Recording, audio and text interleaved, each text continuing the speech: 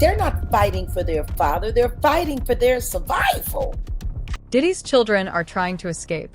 After years of abuse and control, they have finally had enough. And this time, they're going away for good. Jaguar Wright saw this coming years ago, and she says, Diddy had it coming. And these are children who not only are attached to all of this wealth and privilege, but now they're the children of the devil. It doesn't matter if they've done nothing wrong. They're all going to assume they know something, no matter what they do. They could sit on 1,000,000 charities from here to now, and they will all be known as Diddy's children. That's just like being called Rosemary Baby. They're screwed. Nobody wants anything to do with that. And when it gets to that point, they just shun you. Like I said, what they gonna do? Open up a bunch of wing stops? Diddy has been controlling his kids for years. His sons were implicated and named in horrifying lawsuits against him, and they knew what Diddy was doing. During the raid at Diddy's home, drugs, guns, and baby oil were found all over his mansion. His kids lived with him. They saw how Diddy treated women and how he would have minors over. Why didn't they do anything to stop him? According to Jaguar Wright, Diddy's kids stayed silent because they knew they had nowhere else to go. When you're dealing with the kind of narcissistic control freak that Diddy is, and you raise children under that, the financial abuse for all of them is probably the worst. Because there's no way they can make money without him. He has them locked in. And if he falls, who's going to hire them? Who's going to fund them? Who's going to look out for them? No one. No one. They're not fighting for their father, they're fighting for their survival. Christian and Justin are both named in sexual assault lawsuits alongside Diddy. Allegedly, they were present at the freak-offs and at times even helped Diddy find new victims.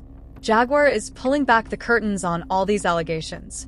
She wanted the world to know that Diddy was the reason Justin and Quincy had ended up being the way they were.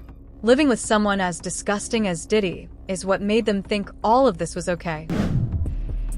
And I'll say it again, especially with what is happening with Kim's sons. I'm so grateful that she doesn't have to witness any of this.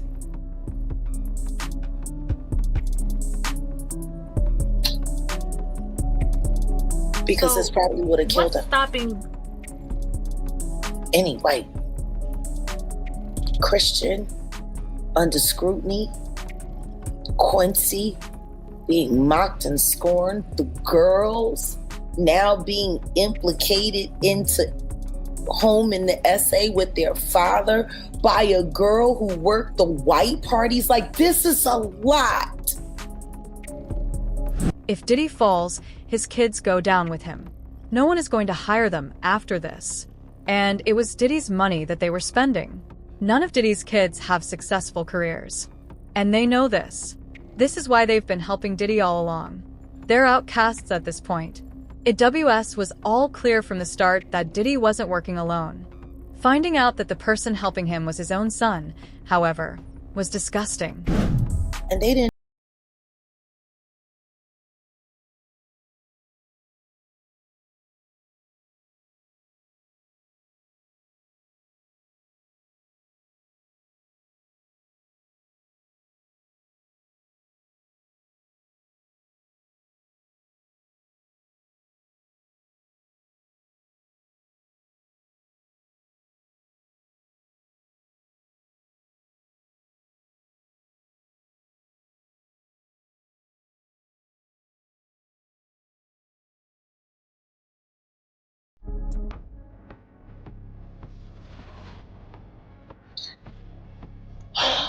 They're screwed.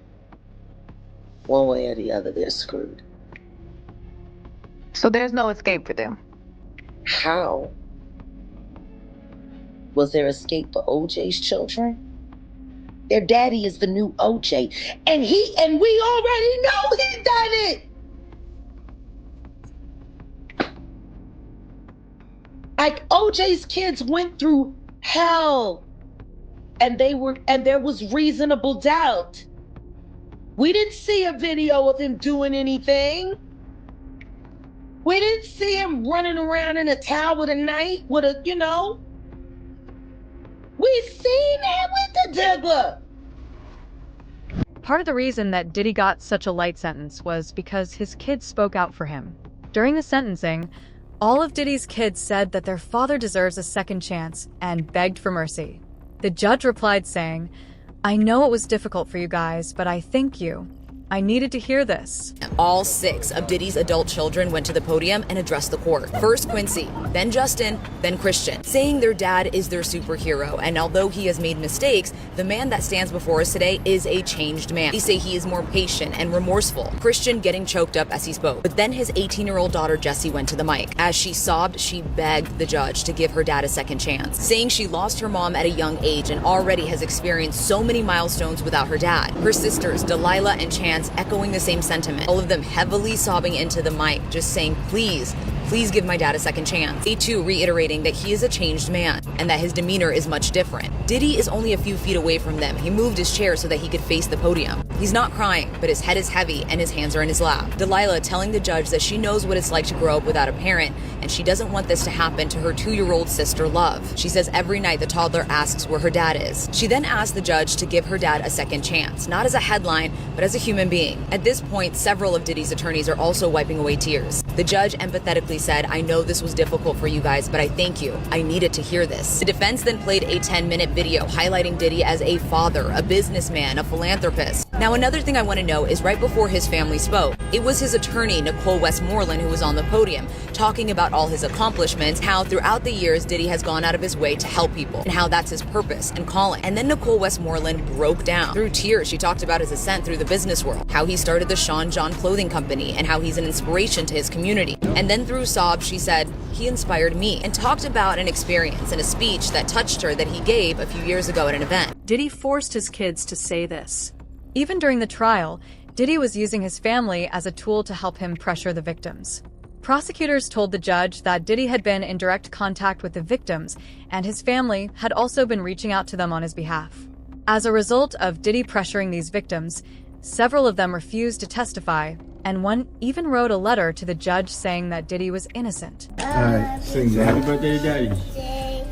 To Daddy, happy birthday to Daddy, happy birthday. Keep going.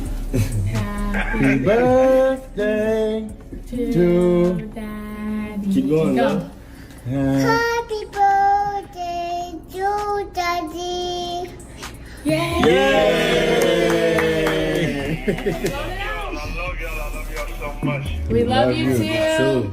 Love you, Pops. We miss I you. can't wait to see y'all. Yep. Can't wait to see y'all. Yes, And I just want to say I'm sir. proud of y'all. I'm proud of y'all, especially the girls. I mean, all of y'all. But just for being strong. Thank y'all for being strong, and thank y'all for being by my side and supporting me. I love y'all. I got the best family in the world.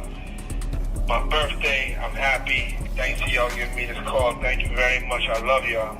Jaguar saw all of this coming a mile away. She knew that Diddy was calling the victims and using his family. Diddy made over 200 calls a day while he was behind bars. He wasn't calling his family 200 times. He was calling the victims. These victims even reported Diddy to the police. But Diddy didn't stop.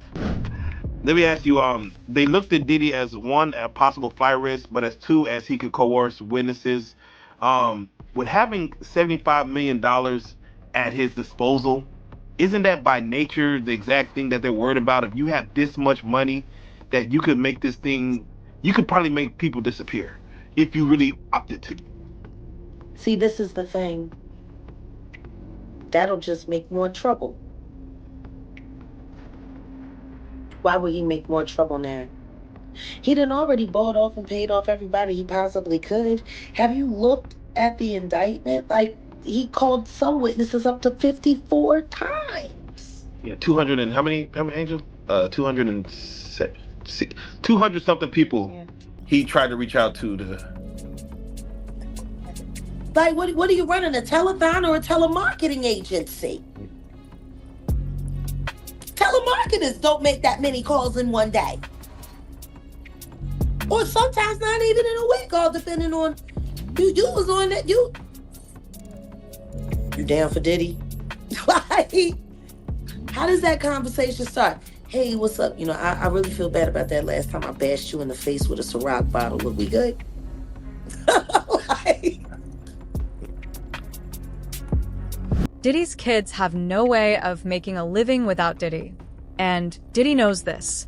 He's using them as pawns to do his bidding. And the only reason they're saying yes is because Diddy is all they've got left. and don't get me wrong, I'm not going to sit up there and judge anybody and what they want to do for their parent or their financial provider. Because I'm sorry, do any of those children have a means for earning a living outside of the Combs enterprise? I don't think so. I mean, King Combs. Doing what? I don't know. What's he do? Other than post on his dad's timeline and make music videos that I don't know that anybody actually watches. What do they do? What do any of them do? What does Paris Hilton do, I guess? Hell. Paris Hilton is a wife and a mother now. Very She's not true. making Very true. SCS tapes anymore. Very true. Very true. Ain't none of them married and don't none of them had no kids. So what do they do? Do they have the ability to speak for the father, though, based on jail phone calls saying that he's a changed man? I don't know. Honestly, I don't even care. Really? I don't care. This is the same family that had to leave the courtroom after hearing just what Diddy was doing to women. During the trial, after the prosecutors revealed just what Diddy had done to Cassie and Kim, his daughter stood up and left. There are even rumors that Delilah, Chance, and Jesse are allegedly distancing themselves from Diddy and planning to file for emancipation. Let me tell you, not only because he had left, he was in the back of the court and then he went, I think they took up to like a back room, but the you know, all the Diddy kids are there, right? So his daughters are there. I was sitting behind them. It was awkward for me to watch them have to listen to all of this. After he started, the male Esther started getting into a lot of the masturbation and stuff, they got up and left. Who told them to leave? Did Diddy say leave or? No, Diddy didn't tell them to leave. I don't know if there was a conversation or not. I looked up from writing and I saw them get up. So I don't know. But I know that they were like checking on each other throughout. I saw them ask like Christian at one point, like, you okay? After Diddy's sentence, his family walked out smiling while Diddy was crying and begging for mercy. Does this really look like a family that cares about what happens to their father? Chaotic scenes as Diddy's family came to court to support him at his sentencing. How you feeling today, Mama? His mother, Janice, was followed by his son, Quincy, and 3 daughters who entered court hand in hand. Another son and his girlfriend were also there to show their support. The reality of the situation is that Diddy's kids are just as bad as him. His sons are being sued for abuse that occurred at Diddy's freak-offs. If they lose any of these lawsuits, they're going away for just as long as Diddy. In April 2024, Grace Omar K filed a lawsuit against Christian King Combs, alleging sexual assault, battery, and intentional infliction of emotional distress during one of Diddy's freak-off parties. This party happened on Diddy's yacht, where Grace was hired to work as a stewardess. During the party, Christian pressured her to consume tequila, which she believes was spiked with drugs. She claims that once she lost consciousness, Christian abused her. And she was 25 years old at the time. She believed that the trip would be a, quote, wholesome family excursion, but says it, quote, turned into a hedonistic environment, even describing rampant drug use among sex workers and celebrities who came on board. She believes that the alcohol on the yacht had been laced with drugs because she says women would have one drink and then almost immediately pass out or start falling over. This is, by the way, something that it was also alleged in Jones's lawsuit that Combs would spike the drinks of different people.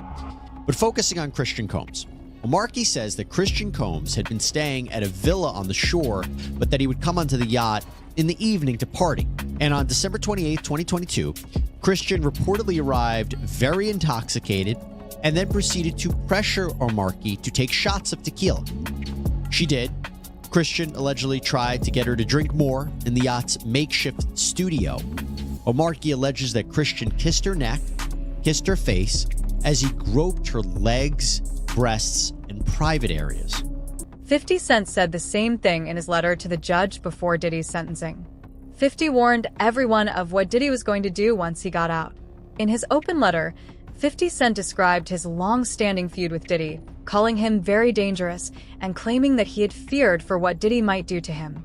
Near the end of the letter, 50 said Diddy's sons were involved in the same crimes. And if Diddy was let out, they would all return to doing the same things again. Judge Submaranian. Now, he posts this as a text message. I don't know if this was a text message to his lawyer, where maybe he was instructing his lawyer to write this letter to the judge. If you don't know, the judge is accepting letters in the case of the sentencing of Sean P. Diddy Combs, who's set to be sentenced tomorrow. And 50 Cent decided to write his letter to the judge as well. If you don't know, at this point, I think it's abundantly clear that 50 Cent is the baby father of the child that belongs to not only 50, but the woman that is identified as Jane Doe. That woman, I think we now know, is Daphne Joy. So Daphne Joy's baby daddy is 50 Cent. So maybe there's a reason and there's some relevance here for 50 to have somewhat of a letter being sent to the judge. Why? Well, one of the two victims, or the main two victims, which is victim one, we all know is Cassie, but victim two is known as Daphne Joy. Who's Daphne Joy's baby father? 50 Cent. So he writes a letter and he says, "Dear Judge Submaranian, I've had an ongoing dispute with Puffy for over 20 years. He's very dangerous. Multiple times I have feared for my life. I think you should consider the safety of the general public, Your Honor, before unleashing him upon them. There hasn't been enough time for him to reform or make any adjustments, despite his trying to teach a class in there." This is how you know he actually wrote this. This is bad grammar. Despite him trying to teach a class in there. As you're already aware, the government has spent maximum amount of money on deploying federal agencies, which appear to be an army, in two locations simultaneously. Later, his sons, who's dealing with his own R-word allegations, claimed that the feds had hit the wrong house.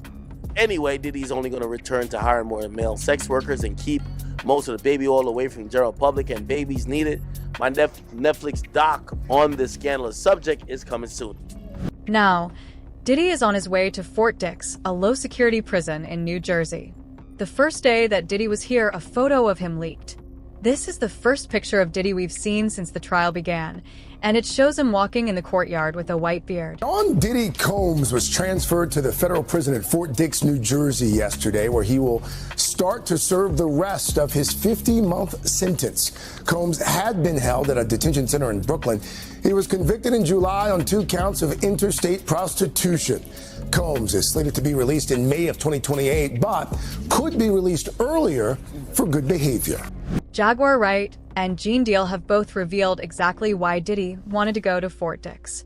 His lawyer specifically requested Fort Dix, claiming that it is close to New York and Diddy wants his family to visit.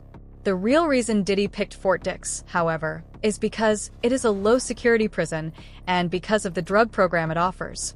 Fort Dix offers inmates the option of joining the RDAP program. The RDA app is an intensive 500-hour, 9-month substance abuse treatment program for inmates. Completing it could entitle Combs to as much as a full year's early release from behind bars. A lot of people look at it like this hasn't affected his pockets technically, as far as just on the status level. It's affected his pockets. It's just left him. He's still got enough to play with. A lot to play with. I mean, yeah, for now. For now. They want him to go to New Jersey. They want him to go to Fort Dix, one of the weakest guarded federal penitentiaries in the United States. I know Fort Dix. It's a real nice place to take somebody, so when they finally get to go outside out in the yard, they can just Get somebody to come and extract them right up out of there. You can leave and you don't have to worry about ever being held accountable. See, I'm not dumb. I ain't nobody's fool. People like being fooled these days. People like being lied to. They want to believe in the land of make-believe. Diddy said sorry, and now we can all go home and have ice cream.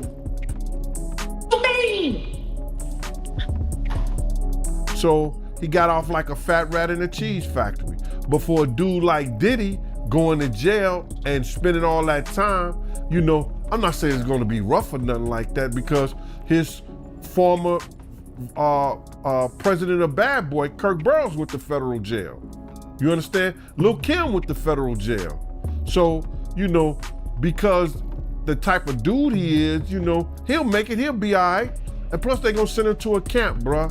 He'll be in somebody's camp or somebody's dormitory, whereas that, it'll be real light for him. So, you know, he'll see the streets back again in 24 months. He'll be out within 2 years. It seems like a lot saying 50 months and everything like that, but it's not really a lot, not at all, bro. It's not a lot at all. Ever since Diddy got sentenced, Jaguar Wright has been saying the same thing. This is not the end. There are more victims. Even as she stood outside the courthouse, Jaguar repeated the same thing to anyone willing to listen. There are still voices that need to be heard. And it's not just Diddy. The industry is filled with monsters, and they need to be arrested. This case that happened in the R. Kelly case, because if that had been properly addressed, this would have been addressed back then. These people have been working together, all in cahoots for all of this time, and it needs to all be addressed. I'm glad it's not just me anymore. I'm glad it's someone else. I'm glad there are other people who need to be heard. I'll be sure. I'm glad they're hearing him. Cassie, I'm glad they're hearing her. Kim Porter, through, I'll be sure. I'm glad. Natanya Rubin, I'm glad. All of these things. So yeah, it's mixed emotions, but I just know when you pray for something and God answers, you should be happy.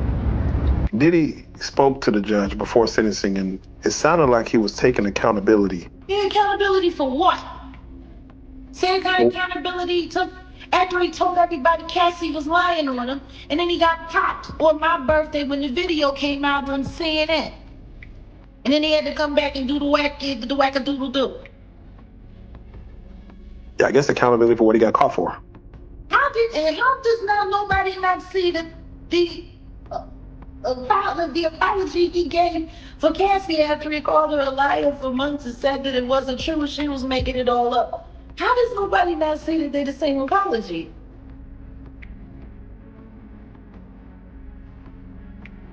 How does nobody not see that what he just did in that courtroom was no different than the monologue that was in Blink Twice?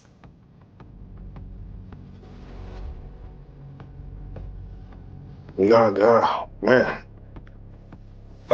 Dude. It's the same monologue. Does it account for anything, though, that he started to feel sorry for his actions? Sorry for his actions? He's been sitting at NBC for you. Actually sorry? Do you think he would have allowed his legal team to destroy those women like that on that stand?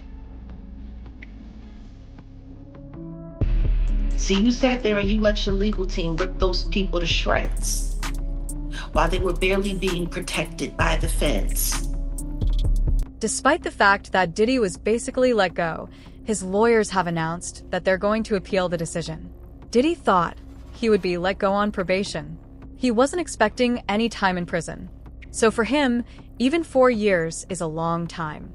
To him, it doesn't matter that he spent more than 20 years committing crimes. He doesn't want to spend a second more in prison. Out of New York City, we are hearing Diddy's attorneys speaking to the media after he was sentenced earlier today. This is live. Yeah, we are planning to appeal. Man, I want to hear them, bro. We are planning to appeal. We think we have strong bases to appeal. The strongest basis is that the jury reached a verdict on coercion. It found there was not coercion, and I think the judge said coercion today as a basis for a sentence at least a dozen times. We think that that is unconstitutional. Yeah. We think that a jury verdict should mean more than our jury's verdict seems to mean, and so we are planning to appeal. Absolutely. Files a cross appeal. What would happen in that regard if they filed a cross appeal and then Sean Diddy Combs get a higher sentence? He would not get a higher sentence, and they're not gonna cross appeal. We're gonna appeal. We think we're right, and they'll respond to the appeal, and it'll be decided by the Second Circuit as soon as. Tell us about the conversation you had with your client after the sentencing. Consensual. The judge clearly thought the sexual encounters weren't consensual. Because he's biased. What did you make of his remarks? He's biased. If anyone, I'm happy to go. So we think that's just absolutely inconsistent with the jury's verdict. I mean, the jury's verdict was resoundingly clear. There was no sex trafficking. There was no racketeering. Everything was consensual. Everything was adult, which is why he was convicted only of the prostitution offense. What we feel happened today was that the judge acted as a 13th juror, one that we did not choose, and that he second-guessed the jury's verdict. Well, at least the judge was open-minded. It looks like prison has its own version of justice because Diddy was attacked not just once, but twice by 2 different inmates. Theos had to step in and protect Diddy after he was almost shanked in bed. Allegedly, Diddy woke up to a knife to his throat and would have died if it wasn't for a nearby officer.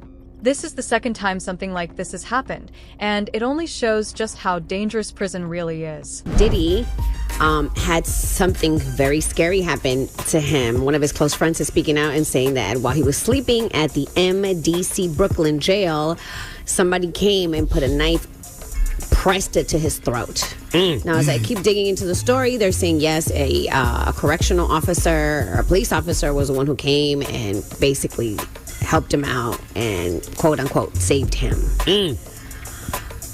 Yes. And so, obviously Diddy's lawyers are trying to use this as a way to just get him even moved to a different location. But right now, everything is kind of staying as it is. Yeah, his safety being an issue when he's supposed to be, I think in some sort of protected environment. Remember MDC? Isn't that where the Epstein situation happened? No, I thought Diddy's in Brooklyn and Epstein was across the street from Hot 97, the old building. The lawyers, when they were speaking on Diddy being in prison and the circumstances him being in prison, I didn't never hear about this, and nobody ever said anything about this, and I want to know if it's in the prison records. They said one of the guards stopped a dude from shanking Diddy.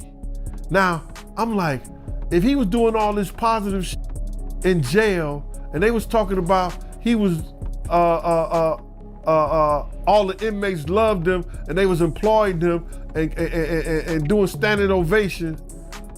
I wonder what inmate was trying to shank him. Was that one of the Tupac? Was that one of the Tupac fans, or that was one of Biggie fans? Because they said that the guard, they said that in court, one of the lawyers, one of the guards stopped one of the individuals that was trying to shank him, bro. And that was crazy. Nobody, I never, that didn't leak. Everything leaks from prison, but that didn't leak. Nobody wrote home and said, yo, dudes is in here trying to stab Diddy up. But the lawyers mentioned that today. I want to see if they're going to investigate that right there. You know what I'm saying? And base that, or he probably used that, base that on trying to help Diddy getting into one of those camps or one of those programs that, he ain't got to worry about nothing. Diddy's in just as much danger to himself as he is to others. Prison takes a big toll on a person. And according to Gone Deal, Diddy doesn't have what it takes to survive behind bars. push comes to shove, Diddy might just decide to take the easy way out and unalive himself. The deeper you look, the darker it gets. Subscribe. Drop a comment if you think Diddy's protecting someone bigger. And don't miss what Jaguar Wright exposes.